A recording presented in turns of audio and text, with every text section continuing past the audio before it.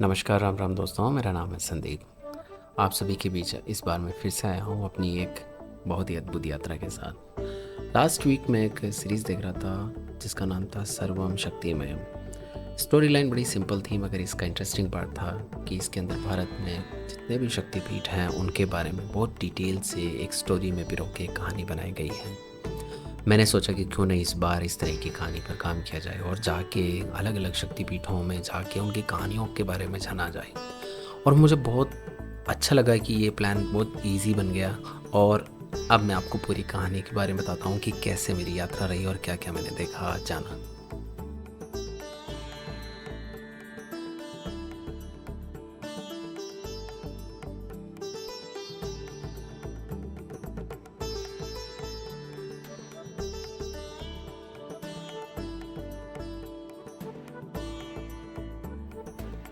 दोस्तों, हमारी यात्रा की शुरुआत होती है जयपुर सिटी से और हमें पहुंचना होता है सबसे पहले हरियाणा, चंडीगढ़।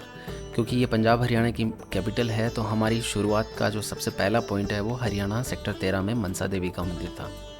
वैसे तो हम पुराने रूट से जाते थे दिल्ली होके, मगर इस बार अच्छा था कि किसी ने हमें बताया कि एक एक्सप्रेस वे बना है चंडीगढ़ के लिए और वो सीधा अम्बाला तक पहुंच जाता है कोटपुतली से।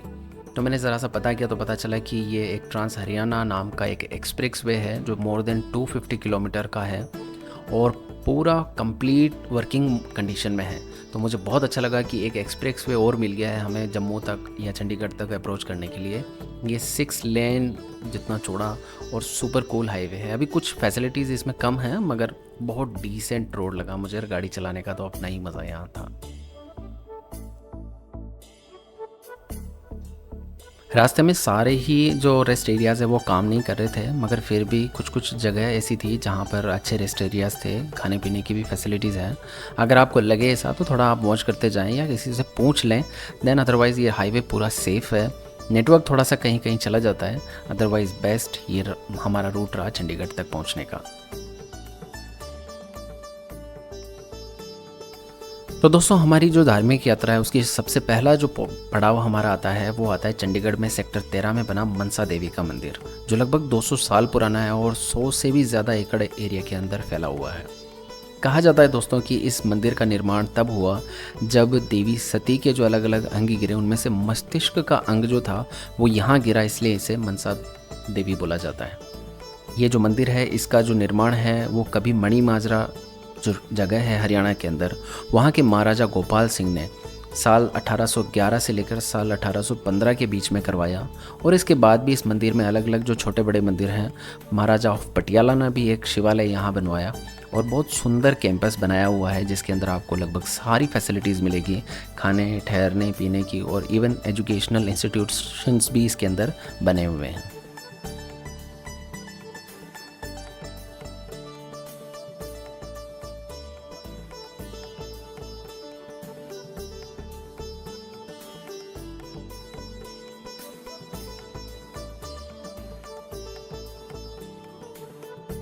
दोस्तों, यहाँ मनसा देवी के दर्शन करने के बाद हम लोग अपनी यात्रा को आगे के लिए शुरू करते हैं और यहाँ चंडीगढ़ से निकल के हम एंटर करते हैं पंजाब स्टेट के अंदर, जिसमें सबसे पहला जो डिस्ट्रिक्ट आता है वो है रूपनगर, जिसे रोपड़ भी बोलते हैं। और देन उसके बाद हम भरतगढ़ होते हुए आनंदपुर साहिब होते हुए नैना देवी मंदिर पहुँचते हैं। वैसे तो आनंदपुर साहिब में कोई बहुत बड़ा फंक्शन था तो हमने आनंदपुर साहिब वाला रास्ता स्किप करते हुए हम थोड़ा सा स्वार घाट, जो मनाली जाने का जो ट्रेडिशनल रास्ता है, स्वार घाट में चले।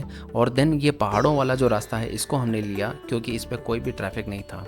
अदरवाइज़ पिछले टाइम में जब मैं गया तो वहाँ पर आनंदपाल का बड़ा मैटर चल रहा था तो मुश्किल हो रही थी हमें जाने में। तो हमने स्वार घाट होते हुए एक छोटा रास्ता था नैना देवी जाने का, वो रास्ता हमने लिया और आराम से हम मंदिर पहुँच जाते हैं। दोस्तों, आपको पता होगा कि हिमाचल को देवभूमि भी बोला जाता है, मतलब देवताओं का निवास स्थान। दोस्तों, हिमाचल में 2000 से भी ज़्यादा मंदिर और गुरुद्वारे बने हुए हैं और यहाँ पर हर साल लाखों हज़ारों लोग दर्शन के लिए यहाँ आते हैं।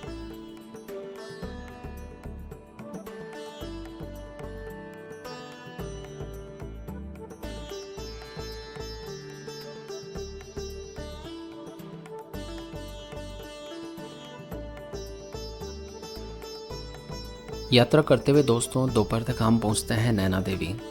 ये एक बहुत ऊंचाई पर बना एक मंदिर है जो हिमालय की शिवालिक रेंज लोअर हिमालयाज़ में उसकी एक पहाड़ी पर बना हुआ मंदिर है।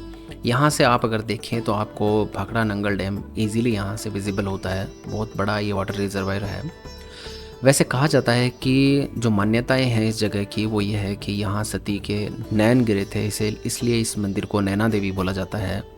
और ये वो ऐतिहासिक जगह है जहाँ माँ भगवती ने महिषासुर जो राक्षस था जिस राक्षस ने सारे देवताओं को देवासुर संग्राम में हराया, और किसी के पास जब शक्ति नहीं बची तब ब्रह्मा विष्णु और महेश ने अपने तेज से एक देवी को प्रकट किया।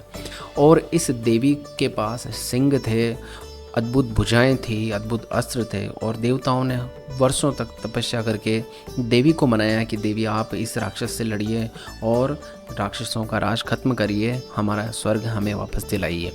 तब एक भीषण युद्ध होता है और माँ भगवती महिषासुर को मार देती है और इस पूरे क्षेत्र से राक्षसों का आतंक खत्म होता है। दोस्तों, इसी ही कथा से प्रभावित होकर जो हमारे सिख गुरु हैं गुरु गोविंद सिंह जी, उन्होंने एक ग्रंथ भी लिखा जिसे दशम ग्रंथ बोला जाता है, चंडी दीवार करके। और इस पूरे ग्रंथ में उन्होंने माँ भगवती की उस शक्ति स्वरूपा की साधना की और उनके चरित्र का यहाँ पर गुणगान किया है। दोस्तों, कहा जाता है ये नैना देवी जो है गुरु गोविंद सिंह जी की कुल देवी भी थी, क्योंकि गुरु गोविंद सिंह जी क्षत्रिय परिवार से थे और क्षत्रिय परिवारों में अक्सर जो देवी होती है, रण देवी होती है, उनको बहुत महत्व दिया जाता है। एक बार जब बहुत परेशानी हुई उनको मुग़लों से, औरंगज़ेब से उनको बहुत हानि हो रही थी, तब उनको किसी ने बोला कि गुरुदेव आप देवी की तपस्या करिए, एक हवन करते हैं यहाँ पर और उससे हम देवी से कोई ना कोई सिद्धि अर्जित करते हैं।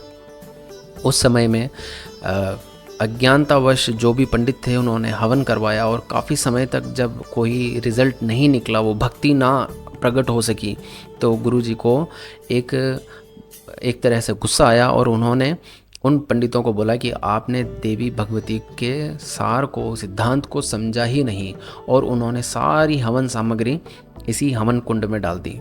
कहा जाता है दोस्तों कि इस हवन कुंड के अंदर से कभी भी राख या सामग्री है कभी बाहर नहीं निकली और वो सारी अंदर के अंदर ही समा जाती है।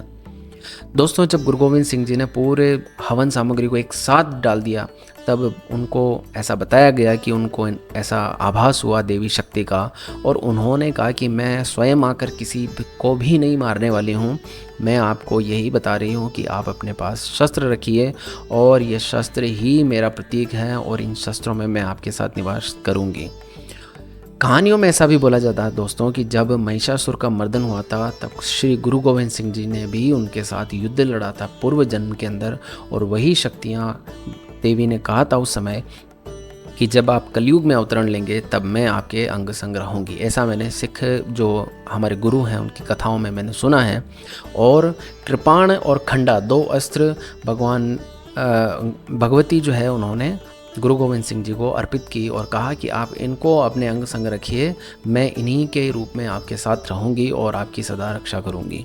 और इस तरीके से दोस्तों हम नैना देवी मंदिर से आगे बढ़ते हैं हमारे अगले स्थान चिंतपूर्णी देवी की ओर।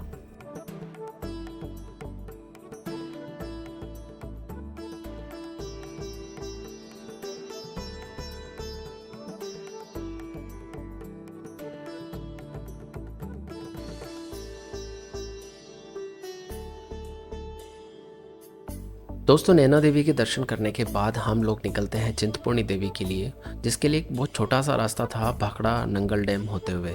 खैर, मैं आपको बता दूं कि भाखड़ा और नंगल दो अलग अलग डैम हैं, जिसमें से जहां से बिजली बनती है, जिसकी वॉल बहुत ऊंची है और भारत के सबसे बड़े डैम्स के अंदर आता है, उसका नाम है भाखड़ा डैम। और इससे जब पानी निकलता है और बहुत सारी जो कनाल सिस्टम शुरू होता है पंजाब के अंदर, वो शुरू होता है नंगल डैम से। तो भाखड़ा डैम में इलेक्ट्रिसिटी प्रोड्यूस की जाती है, पानी को रिजर्व करके रखा जाता है, और नंगल डैम से इसको डिस्ट्रीब्यूट किया जाता है अलग अलग कैनाल्स के अंदर। तो देखने में काफ़ी अद्भुत था भाखड़ा डैम। और थोड़ी देर रुकने के बाद हम लोग निकलते हैं चिंतपूर्णी देवी के लिए।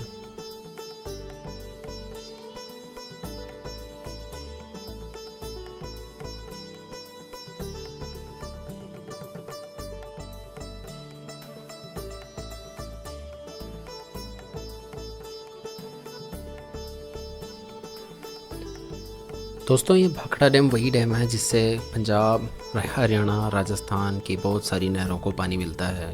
और ख़ास तौर से राजस्थान की जो इंदिरा गांधी नहर है, जो पूरे राजस्थान को भरपूर पानी देती है और पूरे रेगिस्तानी एरिया में एक मात्र अकेला वाटर सप्लाई का एक रूट है, एक सोर्स है, वो सब इसी भाखड़ा नंगल डैम दोनों परियोजनाओं के ज़रिए वो नहर हमारे तक पहुंचती है। अगर आप इस नंगल डैम को देखें तो दोस्तों ये आपको एक एक बहुत सिंपल सा व्यू है जिसके अंदर आप एक नहर देखते हैं और इस नहर से लाखों करोड़ों लीटर पानी यहाँ से हमेशा साफ़ पानी हमारे अपने अपने घरों की ओर अलग अलग कनाल के ज़रिए आ रहा होता है। आप सिर्फ इसकी कल्पना कर सकते हैं दोस्तों कि इतना प्रेशर से आ रहा है पानी, जिससे पहले बिजली बन चुकी है और यही पानी पंजाब, जिसे 5 नदियों का देश बोला जाता है, 5 नदियों का राज्य बोला जाता है, ज़मीन बोली जाती है, उसको पूरा फर्टाइल करता है। ये पानी उसको पानी देता है, उपजाऊ भूमि बनाता है और यही पानी राजस्थान, दिल्ली, अलग अलग एरियाज़ में आके उन एरिया को भी पीने का पानी, सिंचाई का पानी देता है। ये भाखड़ा नंगल डैम सतलज रिवर पे बना हुआ है दोस्तों, और ये भारत के आज़ाद होने के बाद भारत की सबसे बड़ी महत्वाकांक्षी योजनाओं में से एक थी, जिसकी वजह से ही जितनी पंचवर्षीय योजनाएं आई, हरित क्रांति, ग्रीन रिवोल्यूशन जो हुआ, उन सब के पीछे इस तरीके के बड़े डैम का ही हाथ था। तो देखने पे बड़ा अच्छा लगा कि इतने सालों पहले भी ये सब काम हो चुके थे और इसके बाद हम अपनी यात्रा पे आगे बढ़ते हैं।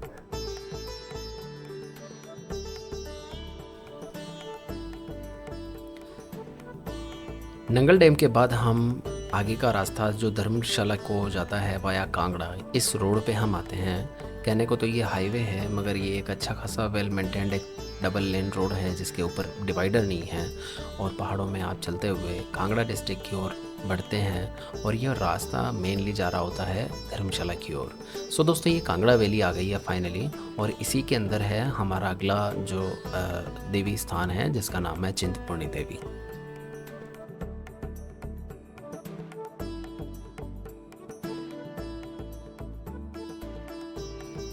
दोस्तों नैना देवी से निकलकर हम भाखड़ा नंगल डैम होते हुए 114 किलोमीटर का सफ़र तय करते हैं और पहुंचते हैं चिंतपूर्णी धाम, जो है हिमाचल के ऊना डिस्ट्रिक्ट के अंदर एक 16 सिंगी नाम का पर्वत है।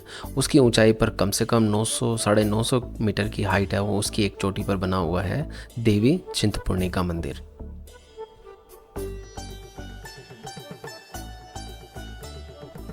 दोस्तों पौराणिक कथाओं के अनुसार जब सती के अलग अलग अंग अलग अलग जगह गिरे और शक्तिपीठों का निर्माण हुआ, उस समय चिंतपूर्णी देवी के अंदर देवी सती का सर यहाँ, मस्तक यहाँ गिरा था।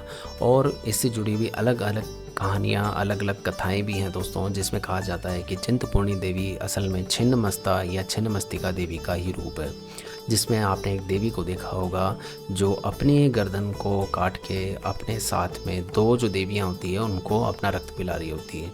असल में एक कथा है जिसके अंदर आता है कि देवी जब राक्षसों से युद्ध कर रही होती है अपनी देवी सहयोगियों के साथ, जिनको योगिनी बोलते हैं, उनका नाम था जया और विजया।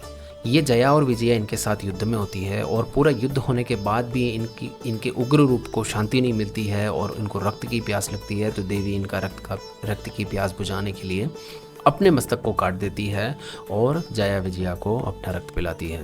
दोस्तों ये एक प्रतीकात्मक आध्यात्मिक एक तरह का चित्रण है जिसके अंदर हमारे शरीर में, हमारी नाड़ियों के बारे में, हमारे अंतरात्मा से जुड़ी हुई अलग अलग तरह की आध्यात्मिक चीज़ों के बारे में ये एक तरीके का एक प्रदर्शन है। ये कैसा रहा होगा कहानियाँ, मैं उनको पूरी सिद्ध तौर पे नहीं कह सकता हूँ, मगर ये तांत्रिक और शैव शाक्त जो पंथ होते हैं उसके अंदर लोग इन चीज़ों को अच्छे से जानते हैं कि इस छिन्नमस्तिका देवी का असल मतलब क्या है। जैसे कई लोग साधनाएं करते हैं, उसके अंदर उन साधनाओं के अंदर इन देवियों के बारे में जानकारी ज़रूर आती है। तो दोस्तों यहाँ जो चिंतपूर्णी देवी है, यहाँ हमने दर्शन किया, यहाँ हमने रात स्टे किया, अच्छा खाना हमें मिला, साफ़ सुथरा पूरा सिटी था और वाइब्स यहाँ की बहुत अच्छी थी दोस्तों, क्योंकि यहाँ पर पूरी शांति थी। आप देवी के मंदिर में बैठ के थोड़ा मेडिटेशन कर सकते हैं। अरावली की जो शिवालिक रेंज है इसको आप किसी अच्छी जगह से निहार सकते हैं और इन पहाड़ों में जो एक अजीब सी ताकत है उसको अगर आप महसूस करना चाहें तो इसमें महसूस कर सकते हैं, क्योंकि इन्हीं चीज़ों के लिए हम इन पहाड़ों में आते हैं। जहाँ तक मुझे पता है स्वामी विवेकानंद ने भी अपना जीवन का अंतिम समय जो है उन्होंने इसी तरीके की हिमालय के पहाड़ों में व्यतीत किया था। और इन पहाड़ों की जो शक्ति है इसके बारे में भी कई लोग बात कर चुके हैं। तो आपको जब भी समय लगे आप इस तरह की यात्रा पे आएँ और देवी की शक्ति रूप को आप शक्तियों को महसूस करें। यहाँ तक हमारा एक दिन होता है जिसके अंदर हम चंडीगढ़ में मनसा देवी, देन हम नैना देवी और उसके बाद हम चिंतपूर्णी देवी तक आते हैं। ये एक तरह का सफ़र है जिसके अंदर हम रात रुकते हैं चिंतपूर्णी में और फिर अगले दिन हम यात्रा शुरू करते हैं यहाँ से कांगड़ा देवी, ज्वाला देवी, चामुंडा देवी, इस तरीके से हम आगे की यात्रा के लिए तैयार होते हैं। तो दोस्तों मेरा नेक्स्ट जो वीडियो होगा वो बाकी की यात्रा को लेकर होगा। मुझे अच्छा लगेगा अगर आप मेरा सेकंड वीडियो देखेंगे और इन सब जगहों के बारे में एक जो समराइज स्टोरीज़ मैं आपको सुना पा रहा हूँ, कथाएं सुना पा रहा हूँ, ताकि आप कभी जाएं तो आपको थोड़ा सा पता हो इन सब जगहों के बारे में। मेरा वीडियो देखने के लिए धन्यवाद। नेक्स्ट वीडियो आप अभी इसी लिंक से देखना शुरू करें।